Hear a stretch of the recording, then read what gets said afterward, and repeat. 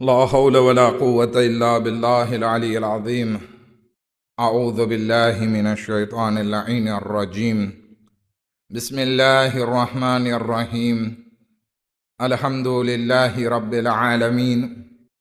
الصلاة والسلام على سيدنا ونبينا أبي القاسم محمد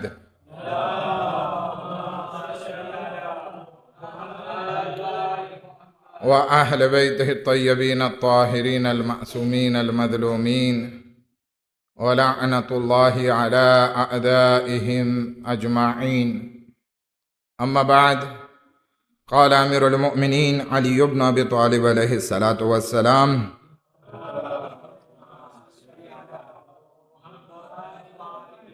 ઉસીકુમ બેતકવલ્લાહ વનઝમે અમરિકુમ. મૌલાએ કાયનાત ફરમાવે છે કે હું તમને વસિયત કરું છું તકવાની, પરહેઝગારીની, અને તમારા જીવનમાં રેગ્યુલર રહેવાની, પાબંદી રાખવાની. આપણે નહેજુલ બલાગા પત્ર નંબર 31 ઉપર વાત કરી રહ્યા હતા. અગર જો અવાજ થોડોક ધીમો કરવામાં આવે તો ઈચ્છવા જોગ છે. અગર આપણે નહેજુલ બલાગા પત્ર નંબર 31 ઉપર નજર કરીએ તો એમાં ઘણી બધી સારી સારી વસિયતો ઇમામ અલી અલૈહિસ્સલામની એમના દીકરા ઇમામ હસન મુશ્તબા અલૈહિસ્સલાતુ વસ્સલામને કરવામાં આવેલી છે. આજે ઉપર જે સાલની કોન્ફરન્સમાં દર્સ હતો એમાં પણ આ જ વાત હતી અને એને આપણે અહીંયા કન્ટિન્યુ કરવી છે કે ઇમામ અલી અલૈહિસ્સલામ પોતાના દીકરાને દુઆની મહત્વતા અને તોબા માંગવાની મહત્વતા વિશે વાત કરે છે. અને એમાં ઘણા બધા સારા સારા નુક્તાઓ પેશ કર્યા ઇમામ અલી અલૈહિસ્સલામે કે ખુદાએ હર હંમેશ તારા માટે દરવાજો ખુલ્લો રાખ્યો છે. કોઈ દિવસ તને ના નથી પાડી. તને તું માંગે છે એ આપે છે, ગારંટી લે છે. તને કોઈને બીજાના હવાલે નથી કર્યો કે ભાઈ તું ફલાણી જગ્યાએથી માંગ. તને કોઈ દિવસ તરછોડ્યો નથી. તને હુકમ પણ આપ્યો છે કે દુઆ માંગ. એવી જ રીતે તોબા છે કે ખુદા તને તારી તોબા ઉપર ઠપકો નથી આપતો. તારા તોબાને કબૂલ કરી લે છે. તારા ગુનાને બહુ દૂધમાંથી પૂરા કાઢી એવી રીતે દૂધમાંથી પૂરા કાઢીને ચંચોડતો નથી. તો તોબા માંગે છે, કબૂલ કરી લે છે. તને જલીલ નથી કરતો. આ બધા નુક્તાઓ ઇમામ અલી અલૈહિસ્સલામ પોતાના દીકરા ઇમામ હસન મુશ્તબા અલૈહિસ્સલાતુ વસ્સલામને ફરમાવે છે કે જે આપણે સાલદે કોન્ફરન્સમાં વાત કરી ચૂક્યા. પછી ઇમામ અલી અલૈહિસ્સલામ મુનાજાત ઉપર આવે છે અને પોતાના દીકરાને ફરમાવે છે કે તું અલ્લાહની બારગાહમાં મુનાજાત કર, કારણ કે ખુદાવંદી આલમ તારી મુનાજાતને સાંભળે છે અને જાણે છે. હવે મુનાજાત અને દુઆમાં શું ફરક હોય છે? દુઆ કે જેમાં આપણે અલ્લાહની બારગાહમાં આપણી હાજતો માંગીએ છીએ કે ખુદાએ મને પૈસા દે, ખુદાએ મને ઇજ્જત દે, મને શોહરત દે, મને મુસીબતોથી બચાવ. આ બધી આપણે દુઆ માંગીએ છીએ ને. પણ મુનાજાતમાં એવું નથી. મુનાજાતમાં ફક્ત દુઆ જ નથી હોતી, બલકે ઇન્સાન પોતાના દિલની વાત અલ્લાહની બારગાહમાં શેર કરે છે. હવે ઘણી વખત આપણે આપણા દોસ્તાર સાથે બેઠા હોય ને તો પછી આપણે રોદણા રોતા હોય, કકળાટ કરતા હોય. ખબર છે ને, એલા ધંધાની માં મરી ગઈ છે, પૈસા ગળતા નથી, જ્યાં હાથ નાખીએ છીએ ખોટ જ આવે છે. હવે શક્ય છે કે આપણો દોસ્તાર હોય તો સાંભળે, બિચારો દિલાસો આપે, કુરાજ આપે, બરાબર છે. પણ ખુદાની બારગાહમાં એવું નથી. અને ઘણી વખત એવું થાય કે આપણા દોસ્તારો સાથે વાત કરતા હોય ને અને પછી જ્યારે આપણી આદત પડી જાય ને આ રોદણા રોવાની, તો પછી આપણા દોસ્તારો આપણાથી છેટા ભાગે કે આની પાસે બીજું કાંઈ નથી હોતું, કકળાટ જ હોય છે, ખોટો આપણો મગજ ખરાબ કરે છે, આપણને નેગેટિવ બનાવી દે છે. માટે કહેવામાં આવે છે કે તમે તમારા દોસ્તો સાથે શેર ના કરો, બલકે જે તમારે શેર કરવું હોય ને એ અલ્લાહ પાસે શેર કરો. ખુદા પાસે જેટલા કકળાટ કરવા હોય, જેટલા રોદણા રોવા હોય રો, ખુદા તો દાવત આપે છે, આવો મારી બારગાહમાં તમારા દિલની વાતો શેર કરો. પણ આ દોસ્તાર સાથે શેર કરવામાં અને ખુદા સાથે શેર કરવામાં 2-3 ફાયદા છે, આ ફર્ક છે. જ્યારે આપણે દોસ્તાર સાથે શેર કરશું તો પોસિબલ છે આપણા રોદણા રોઈને સાંભળીને થાકી જશે. બીજું, આપણી સેકરે નહીં રહે, પોસિબલ છે એ બીજાને વાત કરી દેશે. શક્ય છે આપણે જેને રોદણા રોઈએ છીએ તો એ સામે બીજા 10 રોદણા રોવા લાગશે. કે ઓલો કે ધંધાની માં મરી ગઈ છે, ખામણાની માં મરી ગઈ છે. ઓલો કે તું તો ખામણાની વાત કરે છે, મારો તો એટલો કરજોય થઈ ગયો છે, કેટલા માંગતલ વધી ગયા છે, તાર તો ખાલી આવક બંધ થઈ છે. તો પોસિબલ છે સામેથી આપણને વધારે મુનાજાત સાંભળવા મળે. પણ ખુદા નહીં. ખુદા એ છે કે આપણે એની સાથે જે વાત કરશું ને તો ખુદા આ મુનાજાતને આપણા બંનેના વચમાં જ રાખશે, બીજા કોઈને શેર નહીં કરે. અને ખુદાવંદી આલમ સામો રોદણા નહીં રોવે કે મારે પ્રોબ્લેમ છે, કારણ કે ખુદાને કાંઈ પ્રોબ્લેમ નથી. અને ખુદાની જાત ઈ છે કે આપણે જે આપણા દિલની વાતો કરીએ છીએ ને એ ખુદાવંદી આલમ આપણી આ મુનાજાતને સાંભળી અને એ રેઝુદરે કરવા માટે કાપાબલ છે, જ્યારે કે આપણા દોસ્તારો પોસિબલ છે કાપાબલ ના હોય. તો અલ્લાહની બારગાહમાં આપણે હરેક નાની અથવા મોટી બધી વાતોને અલ્લાહની બારગાહમાં શેર કરી શકીએ. આ દિલની વાતો શેર કરવી ને એ વસ્તુનું નામ છે મુનાજાત. આપણે તો આ વખતે તો નથી પડાણી, નકર અમુક વખત મુનાજાતે અમીર અલ મોમિનીન અલી ઇબ્ન અબી તાલિબ અલૈહિ સલાતુ વસ્સલામ પડાતી હોય છે.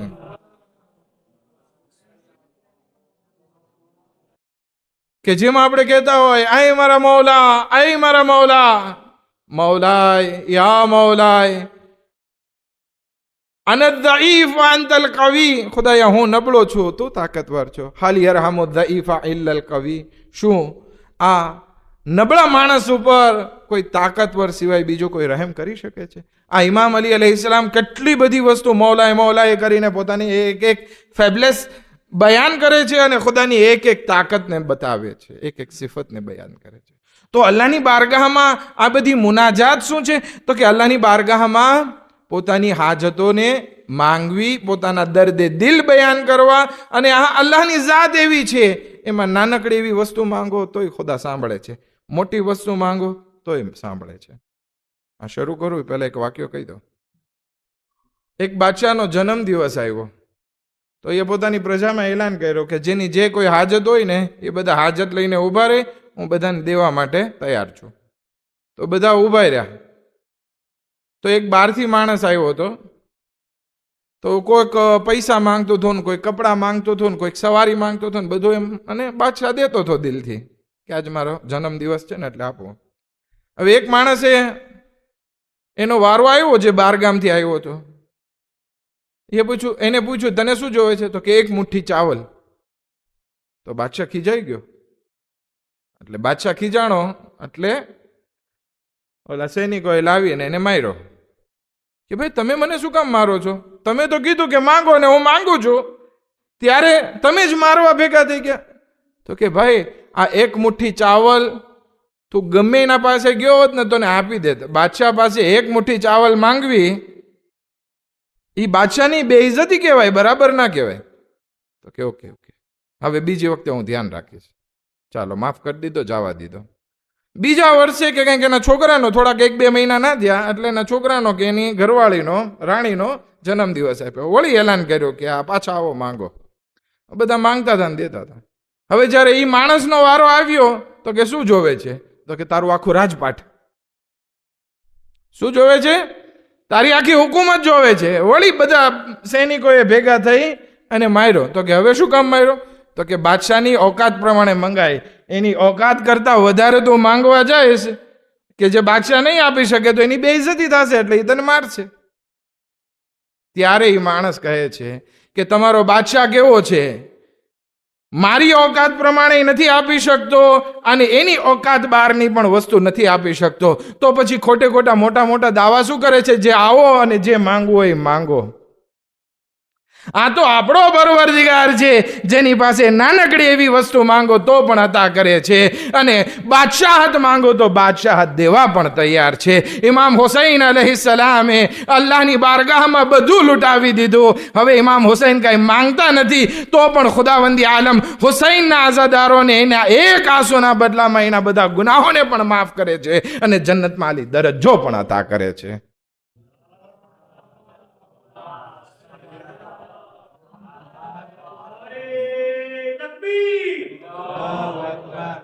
કહેવાનો મકસદ એ છે કે હવે ઇમામ અલી અલૈહિસ્સલામ દુઆ અને તૌબાની વાત કર્યા પછી મુનાજાત ઉપર આવે છે, અને એના દીકરાને કહે છે, ફઇઝા નાદૈતહુ સમિઅ નિદાક, જ્યારે તું અલ્લાહની બારગાહમાં મુનાજાત કરીશ તો ઈ તારી મુનાજાતને સાંભળે છે, તારી નિદાને સાંભળે છે. વઇઝા નાજૈતહુ અલિમા નજવાક, જ્યારે તું તારા દિલની વાતો એની સાથે કરીશ ને તો એ તારી દિલની બધી હાલતોથી વાકિફ છે. પછી ફરમાવે છે, ફઅફદૈત ઇલૈહિ બિહાજતિક, અને પછી જ્યારે તું તારી દિલની વાતો કરી લે, તારા દિલની સેકરીને એની સામે રજૂ કરી લે, તો પછી તું તારી જરૂરિયાતને એની સામે રજૂ કર કે ખુદાયા મને આ વસ્તુની જરૂર છે, આ વસ્તુની જરૂર છે. ભલે ખુદાવંદી આલમ જાણે છે, પણ ખુદાને પોતાના બંદાની દુઆ બહુ પસંદ છે. ભલે અરબીમાં માંગતા ના આવડતું હોય તો ગુજરાતીમાં માંગે. શું માંગવું, કેવી રીતે માંગવું ખબર ના હોય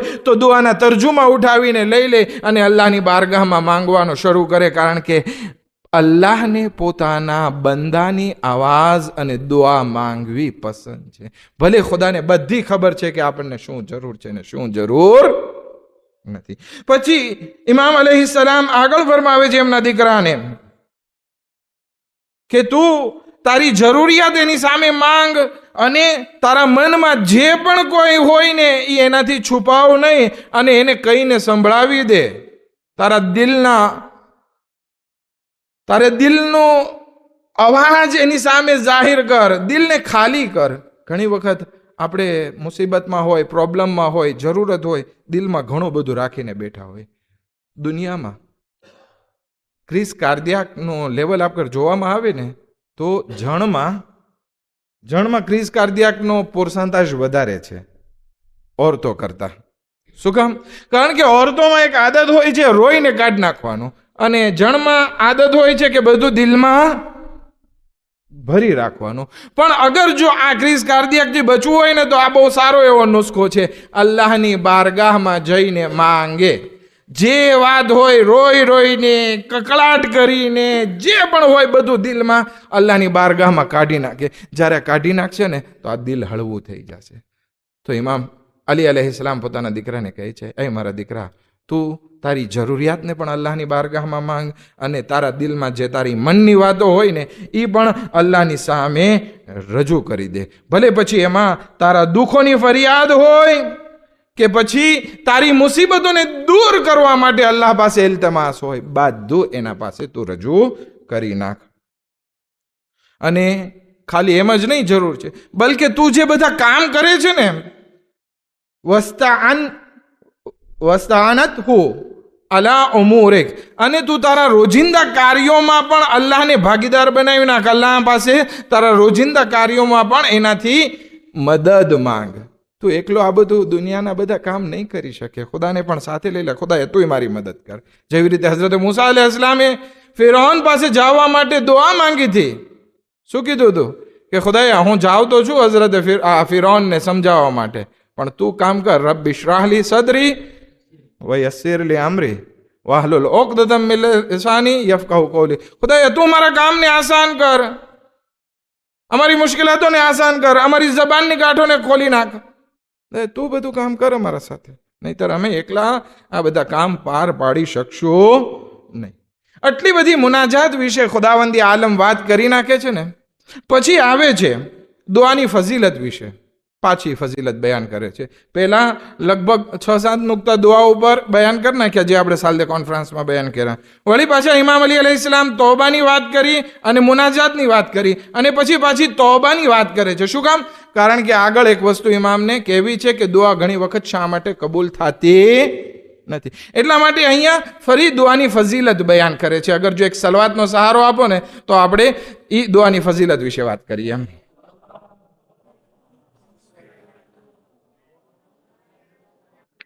આ પેરેગ્રાફની શરૂઆતમાં ઇમામ અલી અલૈહિસ્સલામે કીધું હતું કે એ મારા દીકરા, જમીન અને આસમાનના ખજાના એના પાસે છે.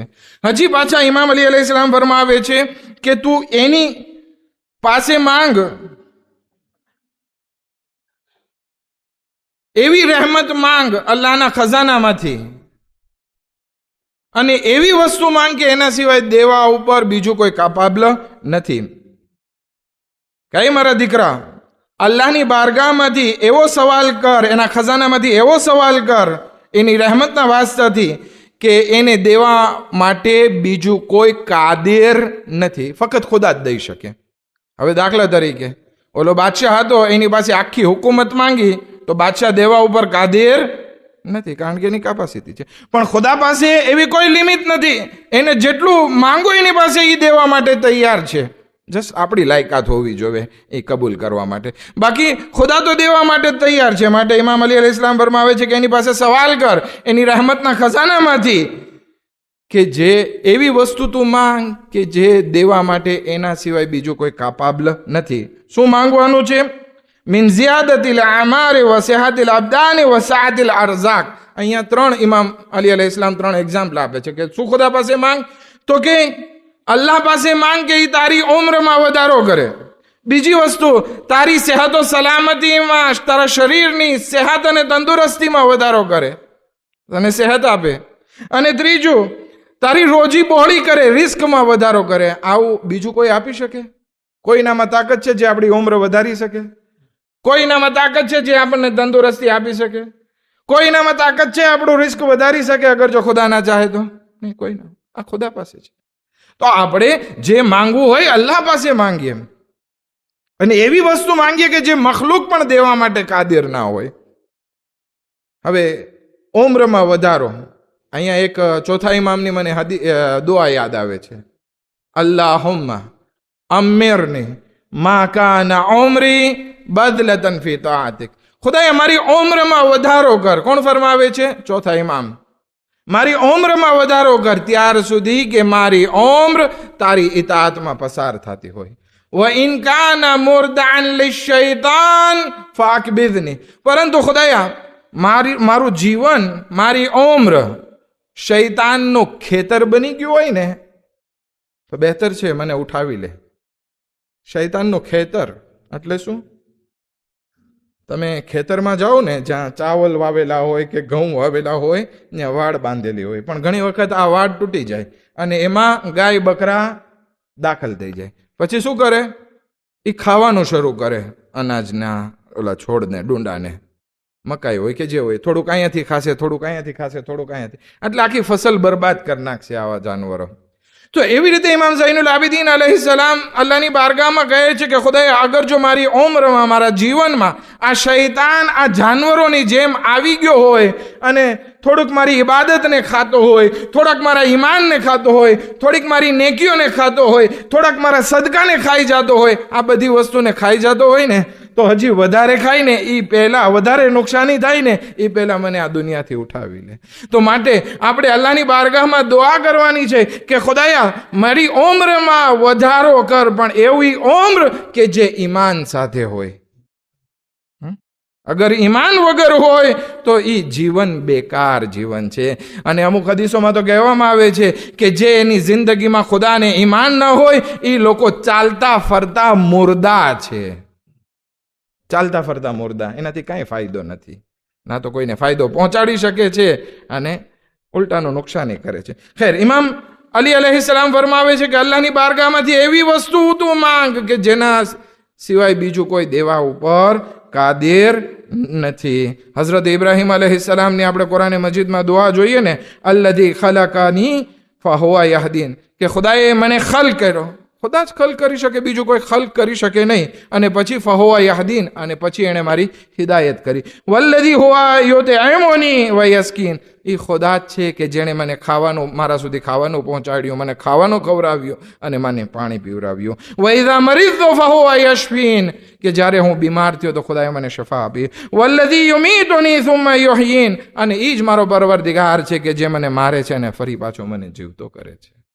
વિચાર કરીએ, આવું બધું કોણ આપણને કરી શકે? તો ખુદાની બારગાહમાં આપણે હર હંમેશ દુઆ માંગતી રહેવી જોઈએ.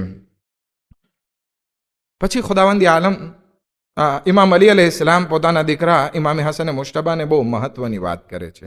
અને શું કહે છે કે ખુદાવંદી આલમે, કે જે ખજાનાનો માલિક છે ને, એ પોતાના ખજાનાની ચાવી તારા હાથમાં સોંપી દીધી છે. કોઈ ઇન્સાન એવો છે કે જે પોતાના ખજાનાની ચાવી આપણા હાથમાં સોંપી દે? નહીં. અરે દુકાનની ચાવી નથી દેતા, ખામડાની ચાવી ના દે, ખજાનાની ચાવી તો ક્યાંથી દે? ચાલો, હજી ખજાનાની ચાવી તમને નહીં સરખું મગજમાં આવે. કોઈ પોતાનો, એના કરતા વધારે બેંકના પાસવર્ડ તમને આપી દે, યુઝર નેમ ને પાસવર્ડ મોત પાસ આપે, આપણે ખાલી કરી નાખીએ. પણ ખુદાવંદી આલમ એટલો કરીમ અને એટલો દેવાવાળો છે કે ઇમામ અલી અલૈહિસ્સલામ એના દીકરાને કહે છે, સુમ્મા જઅલ ફી યદિકા મફાતિહા ખઝાઇનહી, કે ખુદાવંદી આલમે પોતાના ખજાનાની ચાવી તારા હાથમાં સોંપી દીધી છે. બેમા અઝિના લકા ફીહે મિન મસઅલતિક, અને પછી તને માંગવાની રજા પણ આપી દીધી છે. એનો મતલબ શું થયો? ખુદાએ પોતાના ખજાનાની ચાવી આપી દીધી અને તને દુઆ માંગવાની રજા આપી. એટલે કે ખુદાવંદી આલમે ફક્ત ખજાનો તારા હાથમાં નથી આપ્યો, બલકે એનાથી ઉપયોગ કરવાનો પણ તને રજા આપી દીધી છે. કેવી રીતે?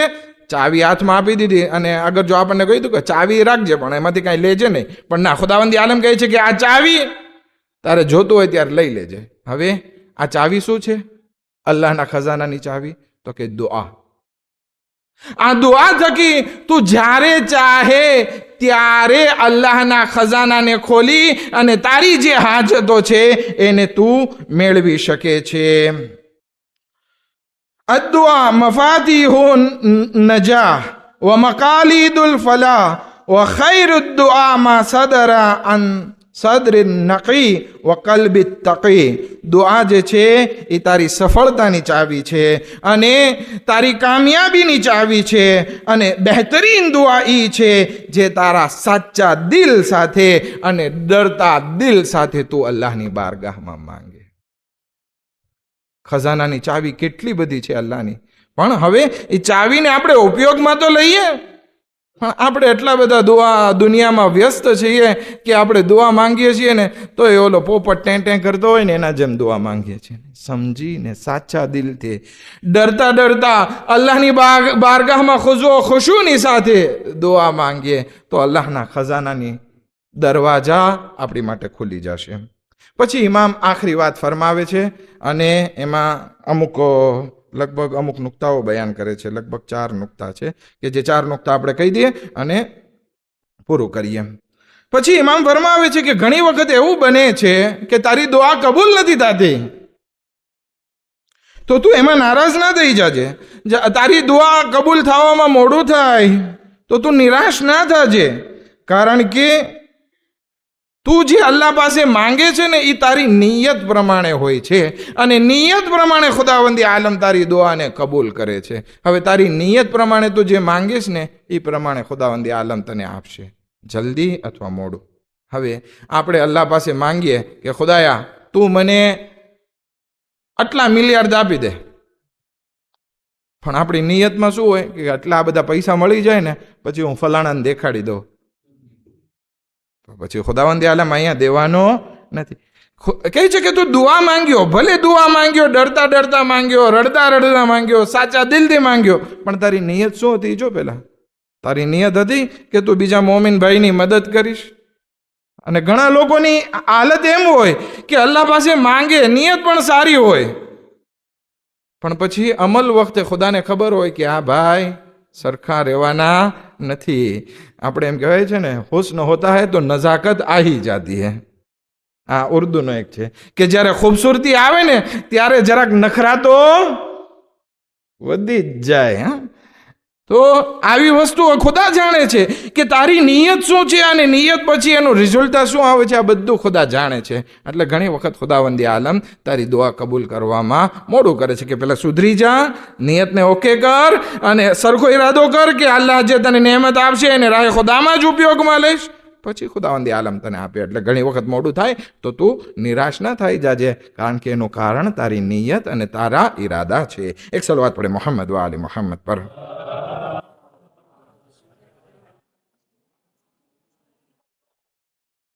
ઇમામ અલી અલૈહિસ્સલામ બીજું કારણ ફરમાવે છે કે ઘણી વખત આ દુઆ કબૂલ થવામાં મોડું થાય છે. એનું કારણ એ છે કે ખુદા ચાહે છે કે તને આ દુનિયામાં ના આપે, બલકે એનો અજર આખિરતમાં આપે. એટલા માટે કયામતમાં અમુક લોકો પછતાવો કરતા હશે કે જેટલી મેં દુઆ માંગી ખુદાએ એક કબૂલ ના કરી હોત તો સારું હોત. એનો અજર અહીંયા અમને વધારે મળે છે. અને આપણે જે માંગ્યું હોય એ બધી ઈચ્છા ખુદાવંદી આલમ એના કરતાં વધારે બીજી ઈચ્છા પૂરી કરવાનો હોય. ઇમામ અલી અલૈહિસ્સલામ બે ફરમાવે છે, કાં તો એનો અજર મળે અથવા તો જે તે માંગ્યું છે એના કરતાં કંઈક બીજી સારી વસ્તુ ખુદાવંદી આલમ આપવા ચાહતો હોય. ત્રીજી વસ્તુ ઇમામ અલી અલૈહિસ્સલામ ફરમાવે છે, તારી દુઆ કબૂલ થવામાં મોડું થવાનું કારણ એ હોઈ શકે કે તું જે માંગતો હોય એ ઓછી વસ્તુ હોય, એની મિકદાર ઓછી હોય. દાખલા તરીકે આપણે આપણી લાયકાત પ્રમાણે માંગતા હોય, ખુદાએ મને 1 મિલિયન ફ્રાં દઈ દે, પણ ખુદાવંદી આલમ ચાહતો હોય તને 1 મિલિયન યુરો આપે, તો તારી દુઆ કબૂલ થવાની નથી. વાટજો, થોડોક સમય જાય એટલે હું તને 1 મિલિયન ફ્રાં નહીં 1 મિલિયન યુરો આપવા માટે હું તૈયાર છું. તો ખુદાવંદી ઇમામ અલી અલૈહિસ્સલામ ફરમાવે છે કે તું નિરાશ ન થાજે અગર જો તારી દુઆ કબૂલ ના થાય, કારણ કે તું જે માંગી રહ્યો છે એના કરતાં ખુદાવંદી આલમ તને વધારે અતા કરવા ચાહે છે. ચોથી વસ્તુ ઇમામ ફરમાવે છે, તારી દુઆ કબૂલ નથી થતી તો નિરાશ ના થાજે મારા દીકરા. શું કામ?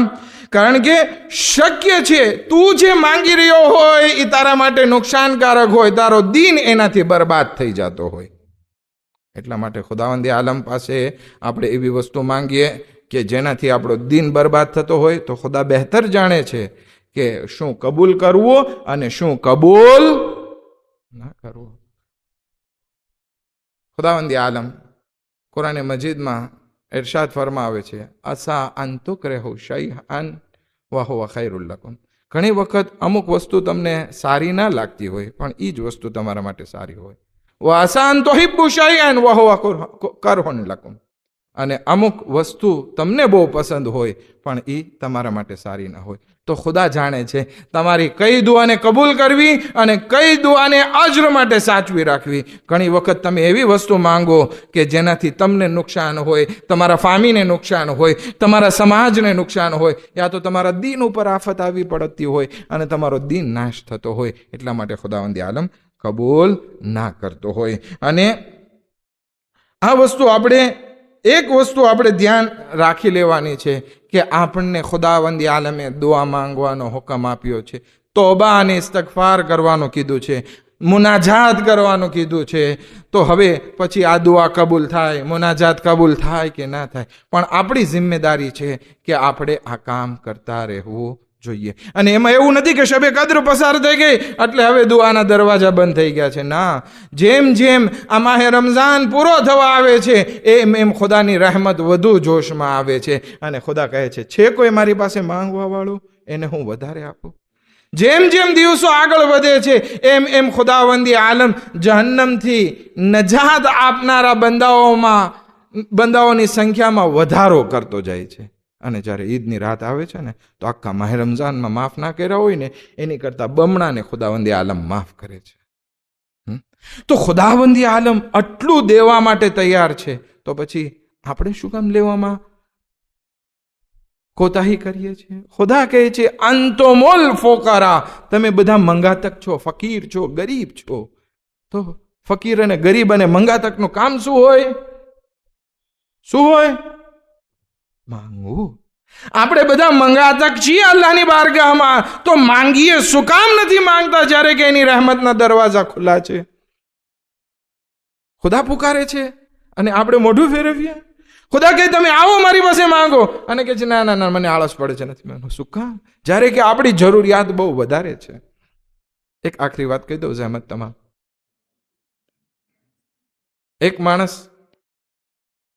ફકીર હતો, દરવેશ હતો. ફકીર એટલે કે દરવેશ હતો. એ અવાજ કરતો હતો બધાને, આવો આય બંધાઓ, આવો મસ્જિદમાં આવો, અલ્લાહ બોલાવે છે, આવો. જે મમ્મી કહેતા હોય ને, એન્ટર કેમ્પમાં ઉભેલા, આવો અંદર, અહીંયા અલ્લાહની રહેમત છે. નીચે કફી પીને ગપાટા મારવા વાળાઓ, આવો અલ્લાહની રહેમત ખુલી છે, માંગવા વાળાને અતા કરવામાં આવે છે. એવી રીતે આ ભાઈ હતા, માંગતા હતા, અવાજ કરતા હતા. હવે અવાજ એનો બહુ મોટો મોટો હતો. તો કોઈ આવીને પૂછે છે શું કરે છે તું? તો કે અલ્લાહ અને એના બંદા વચ્ચે સમાધાન કરાવું છું. શું કરાવું છું? સુલહ કરાવું છું. અલ્લાહ અને એના બંદા વચ્ચે સમાધાન કરાવું છું. તો કે કેમ બે અબોલા છે? તો કે હા બે અબોલા છે. અહીંયા ખુદાવંદી આલમ બોલાવે છે પણ બંદાઓ માનતા નથી, કોઈ આવતા નથી. બીજે દિવસે ઈ જ ફકીર કબ્રસ્તાનમાં જઈને અવાજ કરે છે, હે બંદાઓ શું થયું? હે ખુદાયા આને માફ કરી દે. તો કે હવે અહીંયા શું રાડા નાખે છે? તો કે હજી ગઈકાલે જે કામ કરતો હતો ને એ જ કરું છું. તો કે ગઈકાલે તું તો કહેતો હતો કે અલ્લાહને એના બંદા વચ્ચે સમાધાન કરાવું છું.